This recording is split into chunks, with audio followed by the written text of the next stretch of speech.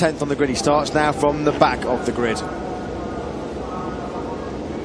The moment of truth is getting closer.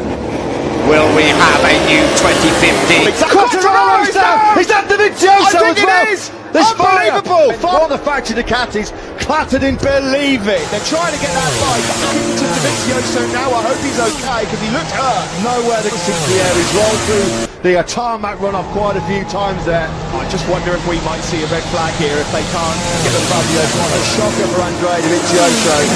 Marc Marquez now has Damn the back straight into Brooklands from Rossi and Rins with Vinales then following Morbidelli. clattered into Quartararo's Yamaha. He's on the stretcher.